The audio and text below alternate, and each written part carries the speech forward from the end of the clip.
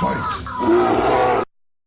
Yo YouTube, what's going on guys? It is just Eugene here, and I've been playing fighting games for a couple years now, and I want to show newcomers and people that are going to be getting into Dragonball Fighterz, or people that just want to get into fighting games period, a couple things you'll need to know to start your journey to start beating scrubs online. So let's get into it.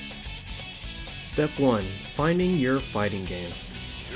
Now, as my fighting game, I'm choosing Dragonball Fighterz just because I've watched the anime tons of times, and I'm currently on Dragon Ball Super as of right now.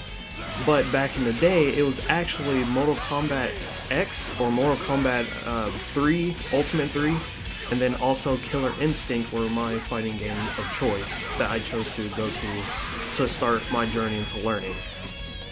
Now, this is key to finding your fighting game because you need to be interested in the fighting game that you're working on, because if you're getting into a fighting game that you're bored on, so say if somebody doesn't like Dragon Ball Fighterz or Dragon Ball Z, Dragon Ball, or Dragon Ball Super, the animes, they're not going to be interested playing Dragon Ball Fighterz at all.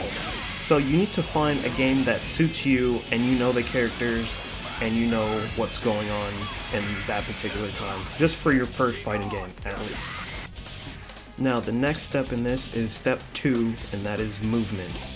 Now movement is very important in a fighting game. You need to know if they can forward dash, back dash, if they can jump up and air dash forward or backward. Side note real quick, dashing is actually pressing the stick forward 2 times or backwards 2 times, just letting you know. Now resume. And if they have a special mechanic that makes the character either go faster or make them, in some instance, go slower. And this, for this example on Dragon Ball Fighterz, is going to be the Dragon Rush, which makes the character go faster, and that also can lead to follow-ups and bigger combos, bigger damage, and things and so like that.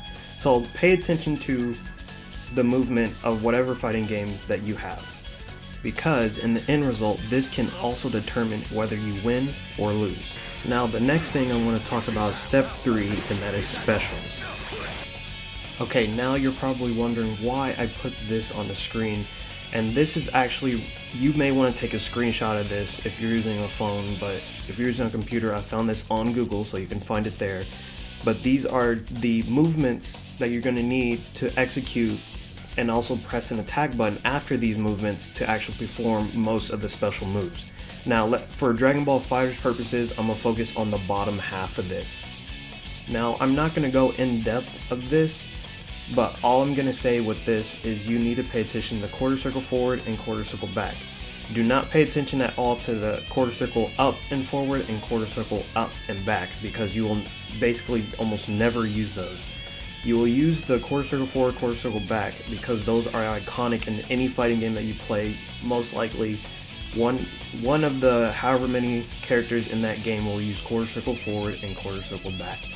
And this can either help you in defeating your enemy or help you in reviving or helping your teammates. Now in all honesty, just play around with these controls and press a button afterwards to see what they do, and just play around with it and get a feel for the character.